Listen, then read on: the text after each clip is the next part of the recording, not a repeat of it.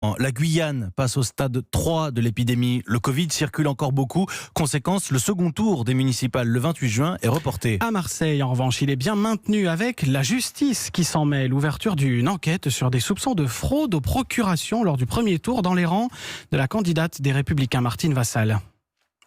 Elle se défend, mais à 12 jours de l'échéance, les attaques de ses adversaires fusent. Nathalie Chevance. Dans ce bureau de vote du 12e arrondissement, plusieurs assesseurs se sont étonnés que 90% des procurations au premier tour aient la même adresse, celle d'une maison de retraite située à 200 mètres de là.